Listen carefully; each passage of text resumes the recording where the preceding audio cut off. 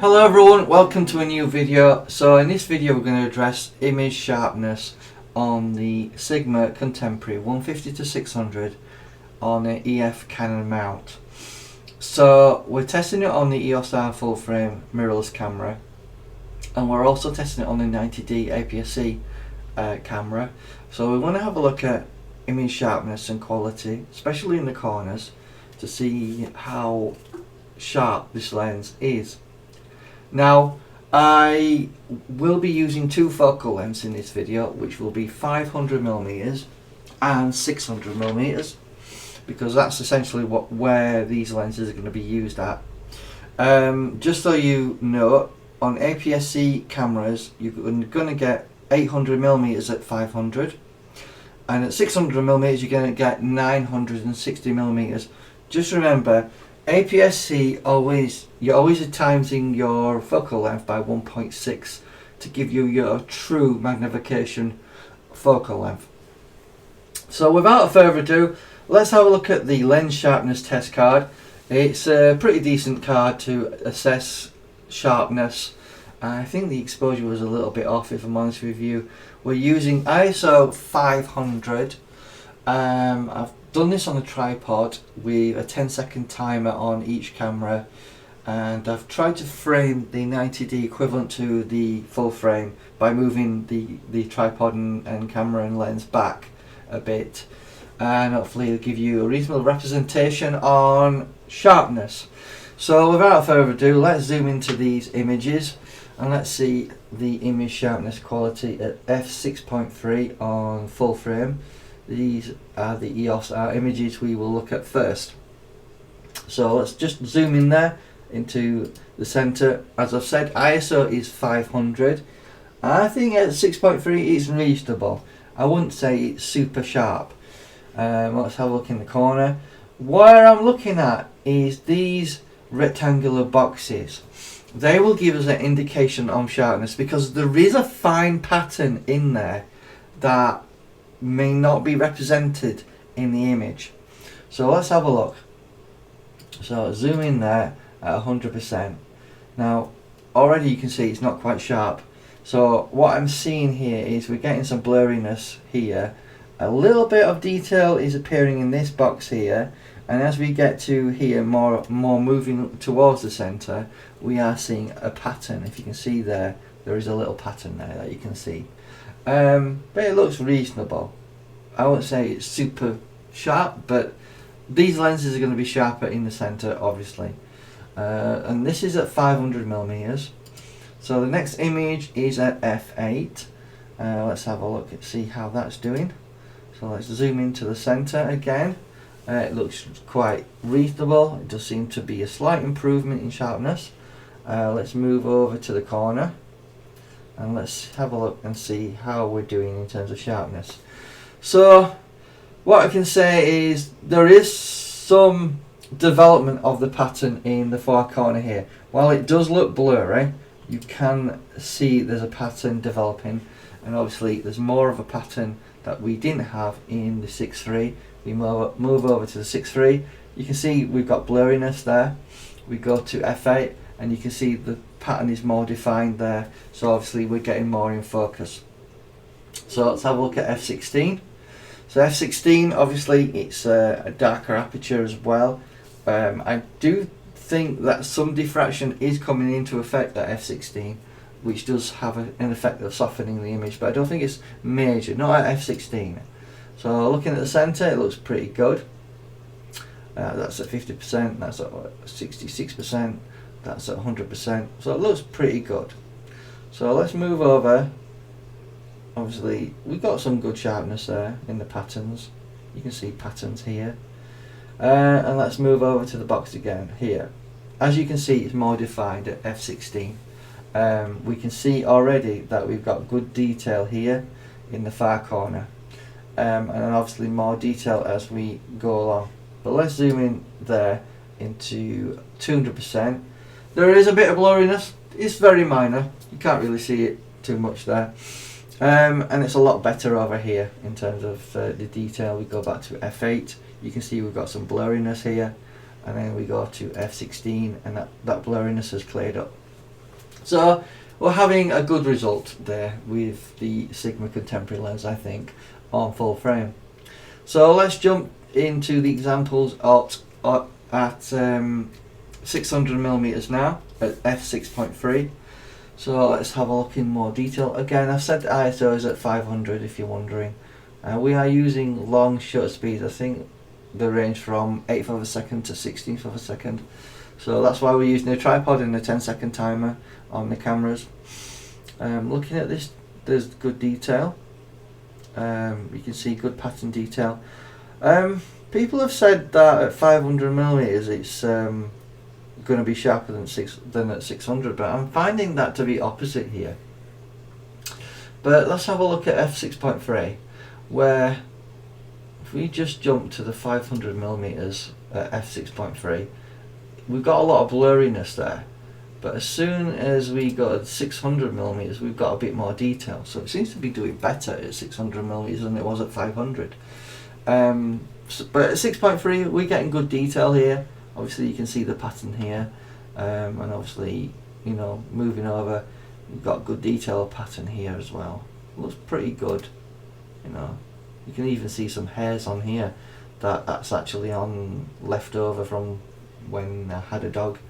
And obviously hairs get everywhere, as you know, so we can see there's good detail here. Let's move over to f8 and let's see how we're doing there. So in the center again, looks reasonable, very sharp in my opinion. It's not super tack sharp, but you've got to remember these lenses are a lot cheaper than any expensive prime is. Moving over here, we can clearly see that we've got some good detail there. Let's just remind ourselves what our details are in terms of the aperture. So f8 at 600mm, so it looks reasonable and pretty sharp, no major problems there. So let's have a quick look at f16 at 600mm. So looking in the center again, nice detail, looks a tiny bit sharper. Over here we can see good sharpness. In the patterns here you can see good detail, but where I want to look at is here, and I think we're getting excellent detail actually at f16. If we go back to f8 and compare that, and then back to f16, we're getting more detail, as you can see. So I do like the performance that this lens is giving us, and I do think it's quite good actually. And I will be addressing the Tamron 150 to 600 G2 in a separate video. We'll look at that in more detail, and that will be coming very shortly. But I do want to say that at 600mm at f16 he's doing a reasonable good job. So let's move over. Let's just double check my facts because I'm sometimes forgetful. So we're at 500mm on the 90D, which, if my maths, translates to 800mm on APS-C. So this is an APS-C camera. This is f6.3. Let's have a look how we're doing in the center. So at 100%, it doesn't look too sharp, but I tend to find that with f6.3, it's not too fantastically sharp. There is some detail. You can see, make out some pattern, but it's not great. And then if we start looking here, it's blurry in the far corner here. Obviously we're using more of the central part of the lens, but even APS-C with the pixels crammed into the actual APS-C sensor is very taxing on full frame lenses in terms of image quality, and you quite often have to stop them down to get good results. So let's have a look at f8 at 500mm, or equivalent of 800mm at APS-C. So let's have a look in the center first of all. Looks reasonable at f8. That looks okay. There's some detail coming through. It's a tiny bit sharper, but not vastly. Let's have a look here. Let's see how we're doing. Don't seem to see much detail. Either it's me, or I think APS-C is struggling here at f8, and don't know if there's an issue here with diffraction coming into effect and softening the images, but believe it or not, I'm seeing better detail at f6.3 than I am at f8. That's a bit unusual. I was using a 10-second timer, so I don't know what's going on there. It should, in theory, be sharper, but it's not quite. Let's have a look at f16. It's always possible there's a tiny bit of camera shake because we was using long shutter speeds. So let's go into the center f16 at 500mm, equivalent to 800mm. Let's zoom in there. Okay, it's not fantastic if I'm honest with you. You can obviously see that at 100% there. Moving over. The hairs that we was seeing in the full frame images are not that clear here. You can't make them out here. So obviously it's clearly better on full frame than it is on APS-C. Let's move over again. The patterns I'm not seeing here. Let's have a look at the patterns here. There's no patterns at all. So to be honest with you, on APS-C's f6.3 seems better. That's the 6.3 image, I think. At 500mm. So what I'm seeing here is there's some pattern detail there. At f8 I'm seeing no pattern detail here in the corners, and f16 again there's no pattern detail. So it does suggest that we're getting softness at f8 and f16, which is very surprising. Did not expect that. So let's have a look at 600mm. Now if I have the correct maths, on APS-C that will work out at 960mm. So let's jump to the images at 600 on the lens. So let's have a look at detail in the center. We're a bit more zoomed in obviously. So let's have a look. I think it's a similar story to what it is at 500mm. It's not fantastically sharp. It does seem to be a bit more detail because we can make out some hairs here. So it's possible at 600mm this lens is performing better than it does at 500. So let's have a look a bit more in the corners because that's where the lens tends to obviously struggle. There is a bit of pattern detail here as I couldn't see before. Let's have a look at f6.3. Obviously it is blurry. I'm not going to underestimate that and understate that. But we are seeing some of the pattern in these boxes. So obviously that's at f6.3. Let's have a look at f8. Zoom into the center and have a look at the sharpness there. Obviously it's not greatly sharp. If we move over here a little bit, those hairs we was seeing on there are not very clear.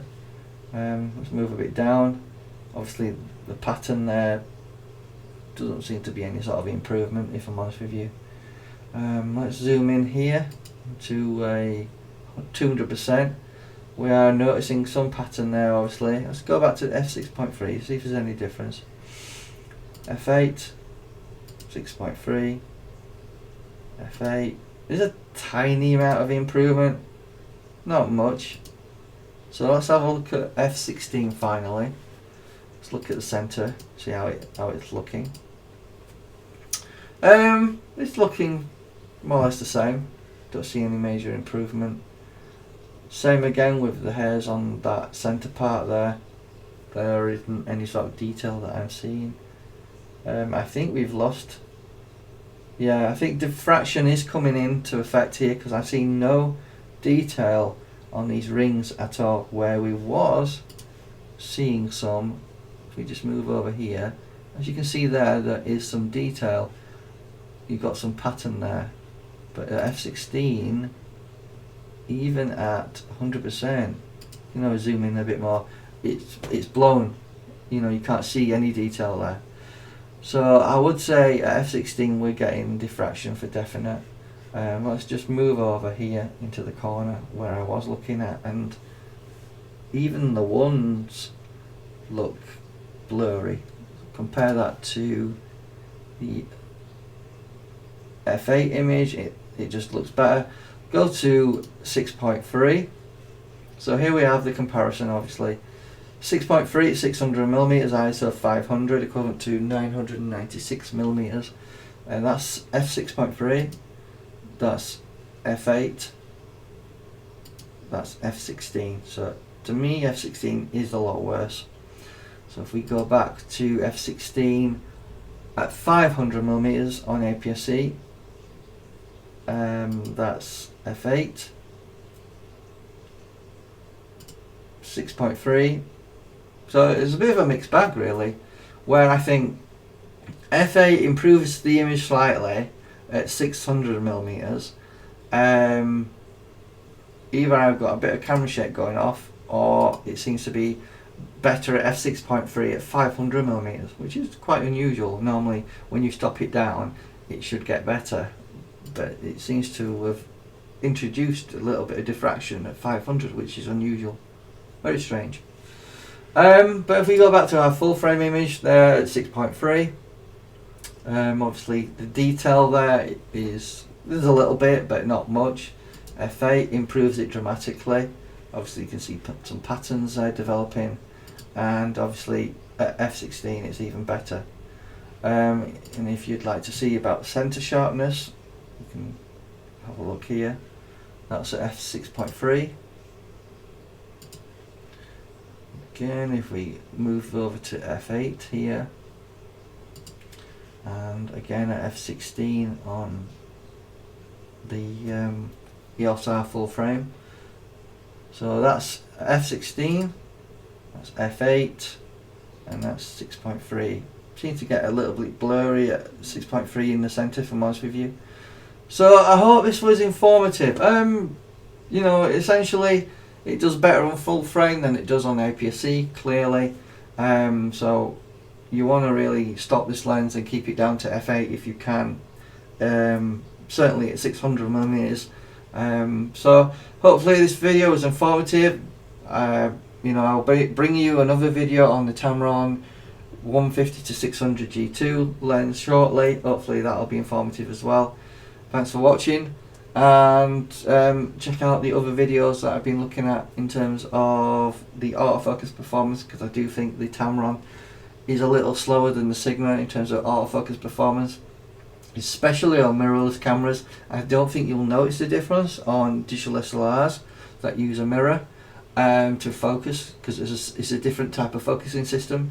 I think if you're going to rely on live view, you'll find there will be a significant difference, however, because I'll notice when I used the 90D with live view it was quite slow to focus, but when I used the separate focusing system which is using the mirror, focus was quick, and on both lenses, you know, focus was quick on the 150 to 600 Sigma and Tamron lenses. But when the mirrorless cameras got involved, the EOS R, I noticed focus was significantly slower on the Tamron versus the Sigma. So I hope this video informed you a little bit on image quality. We'll look at another video shortly. We'll produce one for the Tamron lens. And thank you for watching, and I hope this was informative. Like everything, I hope you learned something today, and I'll see you later in another video.